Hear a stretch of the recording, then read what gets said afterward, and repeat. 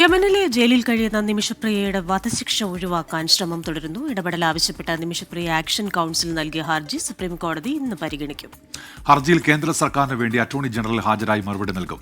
നിമിഷപ്രിയയുടെ മോചനത്തിനായി എന്തെല്ലാം സാധ്യതകൾ മുന്നിലുണ്ട് എന്നതിലാകും കേന്ദ്ര സർക്കാരിന്റെ മറുപടി.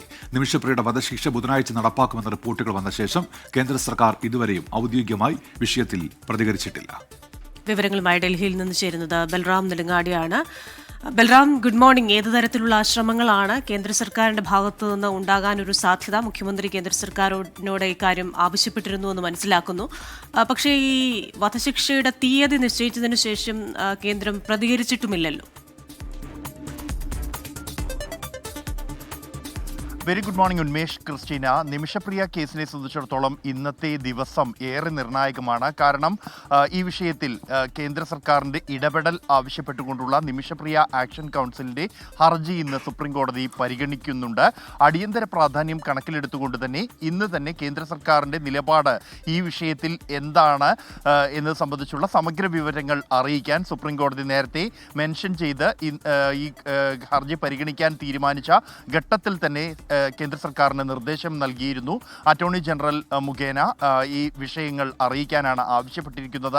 ഈ കേസിനെ സംബന്ധിച്ചിടത്തോളം ഏറ്റവും പ്രധാനം എന്നുള്ളത് ഈ ബുധനാഴ്ച നിമിഷപ്രിയയുടെ വധശിക്ഷ നടപ്പാക്കും എന്ന റിപ്പോർട്ടുകൾ പുറത്തു വന്നു. അതുമായി ബന്ധപ്പെട്ടെന്നാൽ കേന്ദ്ര വിദേശകാര്യ മന്ത്രാലയം ഇതുവരെയും യാതൊരു തരത്തിലുള്ള പ്രതികരണവും നടത്തിയിട്ടില്ല. ഇതുവരെയും ഔദ്യോഗികമായ തരത്തിൽ ഒരു അറിയിപ്പും ഈ 16-ന് വധശിക്ഷ നടപ്പാക്കുന്നതുമായി ബന്ധപ്പെട്ട് ഉണ്ടായിട്ടില്ല എന്നുള്ളതാണ് യാഥാർത്ഥ്യം. അതുകൊണ്ട് തന്നെ കേന്ദ്രം ഇക്കാര്യത്തിലുള്ള സ്ഥിരീകരണം വിദേശകാര്യ മന്ത്രാലയം മുഖേനയുള്ള ഒരു സ്ഥിരീകരണം ഇതുമായി ബന്ധപ്പെട്ട ഇന്ന് കോടതിയിൽ നിന്ന് ഉണ്ടാകും എന്ന് പ്രതീക്ഷിക്കണം. ഒപ്പം തന്നെ നിമിഷപ്രിയയുടെ മോചനത്തിനായി എന്തെല്ലാം നടപടികൾ കേന്ദ്രത്തിന് ചെയ്യാൻ കഴിയും എന്നതുമായി ബന്ധപ്പെട്ടുള്ള കാര്യങ്ങളും ഇന്ന് കോടതിയിൽ ധരിപ്പിക്കും. പ്രധാനമായും ഈ ഹർജിയിൽ ഉന്നയിക്കുന്ന ഒരു കാര്യം വിഷയത്തിൽ നയതന്ത്ര ഇടപെടൽ ആവശ്യമാണ് എന്നുള്ളതാണ്. ഒപ്പം തന്നെ നിമിഷപ്രിയയുടെ മോചനത്തിനായി ദയാധനം നൽകാൻ നിമിഷപ്രിയ ആക്ഷൻ കൗൺസിൽ തയ്യാറാണ് എങ്കിലും കൊല്ലപ്പെട്ട യമനി പൗരൻ തലാലിന്റെ കുടുംബവുമായി ചർച്ചകൾക്കുള്ള സാഹചര്യം ഒരുക്കണം.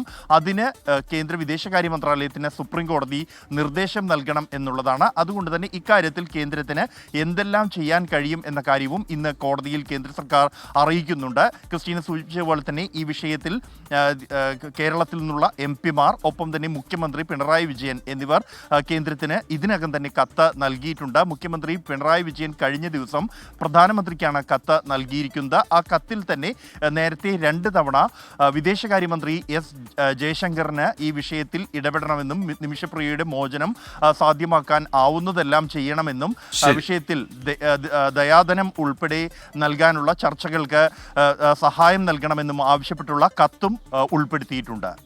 ക്രിസ്റ്റീന, ഉന്മേഷ്. ശരി, ബൽറാം നെടുങ്ങാടിയാണ് വിവരങ്ങൾ നൽകിയത്. നിഖിൽ പ്രമേഷ് കൂടി ചേരുന്നുണ്ട്. നിമിഷപ്രിയയുടെ വധശിക്ഷ റദ്ദാക്കാൻ കാന്തപുരം കൂടി വിഷയത്തിൽ ഇടപെടുന്നുണ്ട്. യമനിലെ പ്രധാന സൂഫി പണ്ഡിതനുമായി അദ്ദേഹം ചർച്ച നടത്തിയിരുന്നു. നിഖിൽ, ഈ ചർച്ചയിൽ ഇപ്പോൾ വലിയ പ്രതീക്ഷയുണ്ടല്ലോ, അതിന്റെ വിവരങ്ങൾ എന്തൊക്കെയാണ് നിഖിൽ? തീർച്ചയായിട്ടും ഉന്മേഷ്, ഈ വിഷയത്തിൽ നിമിഷപ്രിയയുടെ വധശിക്ഷയ്ക്ക് ഇനി കേവലം വിരലിലെണ്ണാവുന്ന ദിവസങ്ങൾ, 16-ാം തീയതിയാണ്, വളരെ കുറഞ്ഞ സമയം മാത്രമേ ഉള്ളൂ. ആ സമയത്ത് വളരെ പ്രധാനപ്പെട്ട ഒരു ഇടപെടൽ കേരളത്തിൽ നിന്ന് തന്നെ ഉണ്ടാവുകയാണ്. കാന്തപുരം AP അബൂബക്കർ മുസ്ലിയാർ ഈ വിഷയത്തിൽ ഇടപെടുകയാണ്. അദ്ദേഹത്തോട് സഹായം അഭ്യർത്ഥിച്ചത് ചാണ്ടി ഉമ്മൻ MLA ആണ്. ചാണ്ടിയുടെ അഭ്യർത്ഥന പ്രകാരം അദ്ദേഹം ഇപ്പോൾ യമനിലുള്ള കൊല്ലപ്പെട്ട യമൻ പൗരൻ തലാൽ അബ്ദു മഹദിയുടെ സഹോദരനുമായി അദ്ദേഹത്തിൻ്റെ കുടുംബവുമായി കാന്തപുരം ബന്ധപ്പെട്ടു എന്നുള്ളതാണ് നമുക്ക് ലഭ്യമാകുന്ന വിവരം.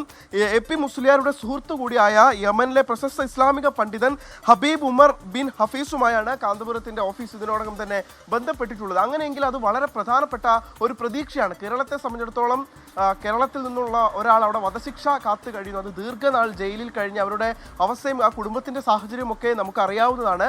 കേരളത്തിൽ നിന്ന് സർവകക്ഷി സംഘം എല്ലാ തരത്തിലുള്ള ഇടപെടലും അവരുടെ മോചനത്തിന് വേണ്ടി നടത്തുമ്പോഴാണ് വളരെ പ്രധാനപ്പെട്ട ഒരു നീക്കം ഈ വിഷയത്തിൽ നിലവിലത്തെ സാഹചര്യത്തിൽ ഉണ്ടായിട്ടുള്ളത്. പ്രശസ്ത സുന്നി സൂഫി ഇസ്ലാമിക പണ്ഡിതനാണ് ഹബീബ് ഉമർ ബിൻ ഹഫീസ്. അദ്ദേഹവുമായിട്ടാണ് നിലവിലത്തെ സാഹചര്യത്തിൽ ഒരു ആശയവിനിമയം നടത്താൻ കേരളത്തിൽ നിന്ന് സാധിക്കുന്നത് എന്നുള്ളത് വളരെ പ്രധാനപ്പെട്ട കാര്യമാണ്. മണിക്കൂറുകൾ മാത്രം ശേഷിക്കെ വധശിക്ഷ നടപ്പാക്കാൻ വളരെ കുറഞ്ഞ സമയം മാത്രം ശേഷിക്കെ കേരളത്തിന് മലയാളികൾക്ക് ഓരോരുത്തർക്കും പ്രതീക്ഷ നൽകുന്നതാണ് കാന്തപുരം ഉസ്താദിന്റെ നിലവിലത്തെ സാഹചര്യത്തിലെ ഇടപെടൽ. ശരി, നിഖിൽ പ്രമേഷാണ് വിവരങ്ങൾ നൽകിയത് കോഴിക്കോട് നിന്ന്.